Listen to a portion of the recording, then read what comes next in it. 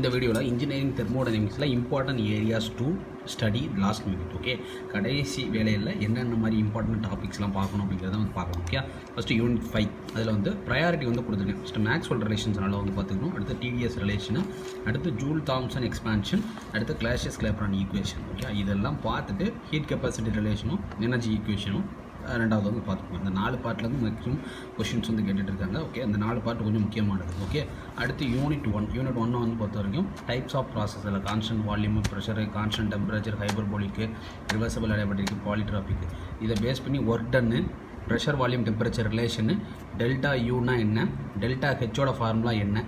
Okay, இதெல்லாமே தெளிவாக தெரிஞ்சுக்கணும். ஃபஸ்ட் என்னது pressure volume temperature relation, work டன்னு, delta U, delta H. Okay, இது எல்லாத்தையும் ஒரு பாக்ஸ் மாதிரி வந்து பார்த்துட்டு, ஓகே, அந்த 5 ப்ராசஸ்க்கு ஒரு பாக்ஸ் மாதிரி வந்து பார்த்துட்டு தெளிவாக வந்து எழுதி வச்சிட்டிங்கன்னா கண்டிப்பாக அது வந்து ஒரு சம் வந்து வந்துட்டு இருக்கு. ஓகே, அடுத்து ஃப்ரீ எக்ஸ்பான்ஷன், த்ராட்லிங் ப்ராசஸ். அடுத்து இந்த ஸ்டெடி ஃப்ளோ எனர்ஜி ஈக்குவேஷனை பேஸ் பண்ணி ப்ராப்ளம்ஸ் வந்து வரும். நாசல், பாய்லர், கண்டென்சர், டர்பைன், ஏர் கம்ப்ரஸர், இதை பேஸ் பண்ணி சின்ன சின்ன ப்ராப்ளம்ஸ் வந்து 2 மார்க்கில் வந்து கேட்கலாம். இல்லைனா இந்த டெஃபினேஷன்ஸ் வந்து கேட்கலாம். பாய்லர்னா என்ன, கண்டென்சர்னா என்ன, நாசல்னா என்ன, டர்பைனா என்ன, ஏர் கம்ப்ரஸர்னா என்னன்னு சொல்லி கேட்கலாம். ஓகே, இதை நோட் பண்ணி வச்சுக்கிட்டிங்களா? ஓகே, அடுத்து என்னென்னு பார்த்தீங்கன்னா யூனிட் 2. ஓகே, இதில் வந்து பார்த்தீங்கன்னா மெயினானது பார்த்தீங்கன்னா refrigerator, heat engine, heat pump, இதோட பெர்ஃபார்மன்ஸ் ப்ளஸ் அதை பேஸ் பண்ண எஃபிஷியன்சி பேஸ் பண்ண ப்ராப்ளம்ஸ். ஓகே, எஃபிஷியன்சி ஈக்குவலாக இருந்தால், ஒர்க் டன் ஈக்குவலாக இருந்தால், ஓகே, ஃபார்முலா எப்படி இருக்கும், T1 டெம்பரேச்சர் 1 டெம்பரேச்சர் 2னா என்ன அப்படிங்கிறது. ஓகே, ஹீட் ரிசர்வாயரை பொறுத்த வரைக்கும் சோர்ஸு, சிங்க்கு. சோர்ஸ்னால் அதிகமான டெம்பரேச்சர், சிங்க்னா லோயர் டெம்பரேச்சர். சோர்ஸ்லேருந்து சிங்க்குக்கு டெம்பரேச்சரை கடத்தும் போது ஒர்க் டன் நடக்கும். ஓகே, அதை பேஸ் பண்ணி சில ப்ராப்ளம்ஸ் நானே போஸ்ட் பண்ணியிருப்பேன். இல்லை உங்கள் ஸ்டாஃப்ஸ் நடத்தின மாதிரி வீடியோஸ் கிளாஸஸில் உள்ள நோட்ஸுமே ஓகேவாக இருக்கும். அடுத்து Clausius inequality, TDS equation. Okay, TS டயக்ராமை பேஸ் பண்ணி சில ப்ராப்ளம்ஸ் வந்து கேட்கலாம். அடுத்து என்ட்ரோபி, கான்செப்ட் ஆஃப் என்ட்ரோபி. அடுத்து இந்த கார்னாட் சைக்கிளை ஒரு பகுதியாக வந்து வச்சுக்கோங்க. ஓகே, ஏன்னா கார்னாட்டை பேஸ் பண்ணி கண்டிப்பாக ஒரு 2 மார்க்கில் வந்து கார்னாட் சைக்கிளை பேஸ் பண்ணி ப்ராப்ளம்ஸ் இல்லைனா பிவி டயக்ராம் வரைய சொல்லலாம், இல்லை டிஎஸ் டயக்ராம் என்ன பண்ணலாம் சொல்லலாம், ட்ரா பண்ணால் சொல்லலாம். ஓகே, இப்போ ப்ரையாரிட்டி படி நம்ம என்ன சொல்லிட்டேன் பார்த்தீங்கன்னா, யூனிட் 1 வந்து சொல்லிட்டேன், யூனிட் 2 வந்து சொல்லியிருக்கேன், யூனிட் 5 வந்து சொல்லியாச்சு. இந்த 3 and 4 இருக்குது பார்த்தீங்களா, அந்த 4th இது வந்து ஃபுல்லாக பார்த்தீங்கன்னா ஸ்டீம் டேபிள் பேஸ் பண்ணி இருக்கும்.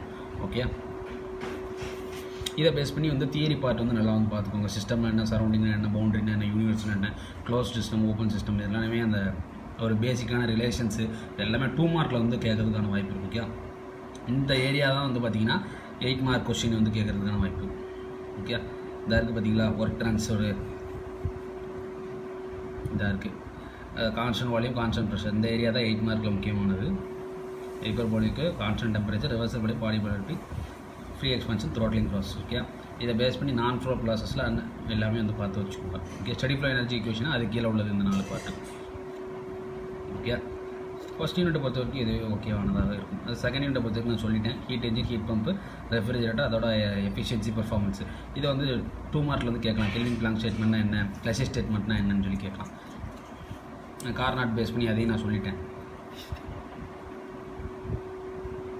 கிளாஷியஸ் இன்இக்வாலிட்டி அந்த ரிலேஷன் வந்து கேட்கலாம். Delta T, delta S by T வந்து delta S is equal to delta Q by T less than 0னா என்ன, கிரேட்டர் தேன் 0னா என்ன, ஈக்குவல் டு 0னா என்ன அப்படிங்கிறது. அடுத்து தேர்ட் யூனிட் இந்த அவைலபிலிட்டியை பொறுத்த வரைக்கும் இந்த high grade energy, low grade எனர்ஜியை பேசிக்கான சின்ன சின்ன ஃபார்முலாஸ் வந்துருக்கும். Okay, H is equal to U minus டிஎஸ்ஸு, அந்த மாதிரி சின்ன சின்ன ஃபார்முலாஸை வச்சு ஒரு 8 மார்க்கில் கொண்டு வர மாதிரி இருக்கும். அது கொஞ்சம் பார்த்துக்கோங்க. இந்த ஏரியா கொஞ்சம் முக்கியமானது. அவைலபிலிட்டியில் செகண்ட் லா பேஸ் பண்ணி எஃபிஷியன்சி பேஸ் பண்ணது கொஞ்சம் முக்கியமானது. ஓகே, அந்த 4 part useful work, second law efficiency. Unit 4 பொறுத்த வரைக்கும் ஸ்டீம் டேபிள் தான். ஓகே, இல்லை ட்ரைனஸ் ஃப்ராக்ஷனுங்கிறது முக்கியமான கான்செப்டாக இருக்கும். ட்ரைனஸ் ஃப்ராக்ஷன் வேல்யூ வந்து 0லேருந்து 1 வரைக்கும் இருக்கும். வெட்டுனா எப்படி இருக்கும், ட்ரைனஸ் ஃப்ராக்ஷன் வெட் ஸ்டீமில் எப்படி இருக்கும், super saturated steam, super heated ஸ்டீமில் எப்படி இருக்கும் அப்படிங்கிறது. PV diagram, PT diagram, TS diagram, இந்த டயக்ராமை ஃபுல்லாக எக்ஸ்பிளைன் பண்ண தெரியணும். ஓகே, பேசிக்காக ஸ்டீம் டேபிள் பார்த்து நம்ம வந்து இதை வந்து முடிச்சிடலாம். எல்லாமே ஸ்டீம் டேபிள் பார்த்து தான் இருக்கும், சம்ம ஃபுல்லாக இருக்கும்.